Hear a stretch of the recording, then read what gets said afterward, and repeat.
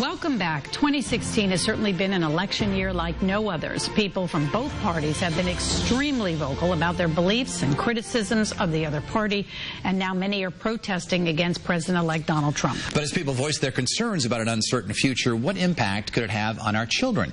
Here to talk about with us this morning about the dangers of stoking fear in children is Dr. David Bendor, a psychiatric clinician at Hartford Hospital's Institute of Living. And good morning, Dr. Bendor. Good morning. Good to have you with us today. I want to ask you, first of all, because this is kind of new to all of us, what kind of training do you have to talk about presidential elections? It's right. You know, a new field for a lot of doctors. It really is. I mean, the one thing that we do have experience doing, though, is talking about major events affecting society that are talked about in society and how to distill that and convey that to our children of varying ages.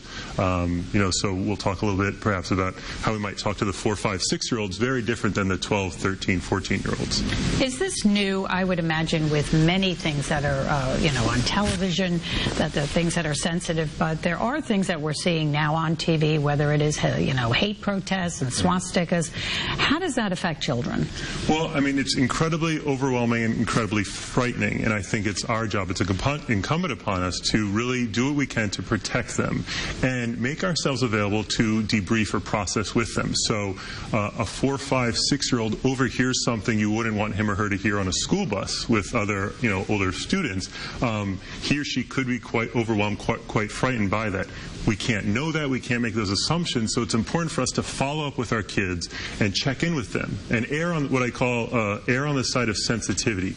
Assume they may be affected by what they've heard or what's going on in the news or around the dinner table, and check in with them at a quiet time to just see how it's resonating. Don't give them too much information. Ask them if they have any questions about something they heard today. How would you broach that? I mean, how would you start a conversation? Sure. Where, you know, because kids can be a little bit closed and you know, they don't really want to give a lot of information. Sure. How would you approach that? Right. So if I role play, for example, I might say something like, hey, you know, at dinner you might have heard me and cousin Dennis really get into it and really get into it. You saw a lot of emotion. You saw us really angry. Just want to check in with you. What was that like? Do you have any questions about what we were talking about or how mad he looked or how mad I looked? And just kind of prompt them. They're free to say, no, I'm good, Dad, thanks, bye. But they may, you might be surprised, they may in fact say, yeah, I was really concerned when I saw him like lean into you as he was talking, and what was that all about? And of course it begins at home, and you know, many of these, you know, parents who did vote for Hillary Clinton are upset that Donald Trump won, and they're saying things in front of their children like, he's a racist, he's dangerous, he's going to build a wall. Should they be doing that in front of the children? And don't forget, we're also going to move you all to Canada is another one they're hearing. And the problem is, again, it has to do with age. 12, 13, 14-year-olds, you know, older students, they can get it. They might get sarcasm. They might get the hypotheticals. A 5-year-old who hears they're building a wall, they're building a wall. They're not going to pick up on the sarcasm. If they hear, oh, well, we're moving to Canada, they're in their head already thinking, okay, who might I be saying goodbye to? Can my dog come with me? Will there be food in Canada? You just never know. So you do have to be very careful about how it's kind of disseminated to the younger ones. You have young children yourself. Have any of your children or their friends asked you questions about it, or, you know, expressed some of the things that they've heard? Yeah, I mean, I was at a family gathering not too long ago. I was at a birthday party another time, and at times I do cock an eyebrow. I got to be careful. I'm there as a fellow parent. I'm not there as a psychologist, but I do cock an eyebrow when I hear certain kids who are quite young saying very angry things about either candidate. I'm just kind of wondering where they're getting that and what sense they're making of it, because we can think about flawed adults and things they say and shouldn't have said and things like that, but a kid, a 4, 5, 6, 7, 8-year-old thinking about that this person in charge has done certain things, or is a bad person, or is a mad person, that can be terrifying for them because they don't get the concept of, you know, this is a flawed person, has strengths, has deficits like we all do. How do you know when it goes from beyond, say, you know, kids repeat certainly things that they hear in the home to things that are concerning, that perhaps they've been touched in a bad way by it, and they're maybe acting out, and maybe you're not quite sure why. Right, and that's a great question, and that's the difference between the idea of the what's water off a duck's back and what really resonated and what's really affecting them, frightening them, things like that.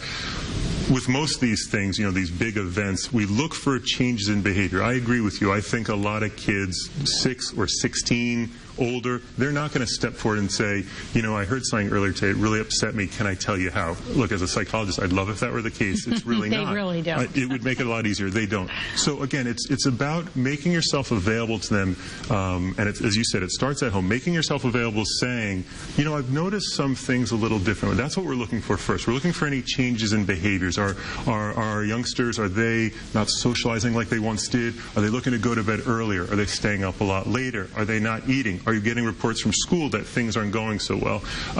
Those changes of behavior often suggest something's amiss.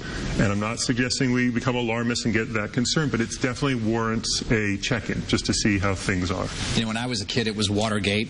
20 years ago, we talked about how to talk to kids about President Clinton having an affair with a White House intern and all the details that came with that, the tawdry details. Right. And today, it's you know, Donald Trump and some of the things that people say that he's going to do. Correct. How long does it stick with kids? Right.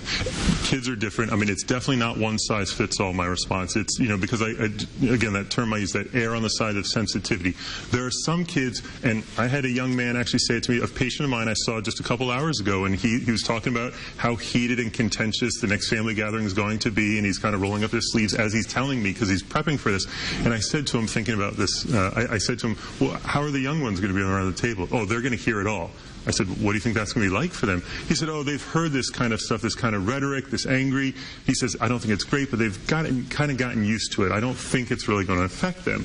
And there are, in fact, some kids like that. It's not one size fits all. They're not all equally sensitive, but, you know, some kids definitely will be impacted. And again, it's like I said before, you're just looking for the signs. What about social media? I mean, obviously you can limit the television at home if you can, or your conversations, and you can tone those down. But kids are on social media, and it's all over the place. Right, and if it's not a presidential election, they're going to hear about something else that happened anywhere in the world, anything that's gone viral, and they're going to read about it or hear about it. So, you know, again, parental oversight, we don't get a pass just because social media is so readily available. I do want parents very much involved, especially with the younger ones who are signing up for their accounts to Facebook or emails. They really do have to be vigilant.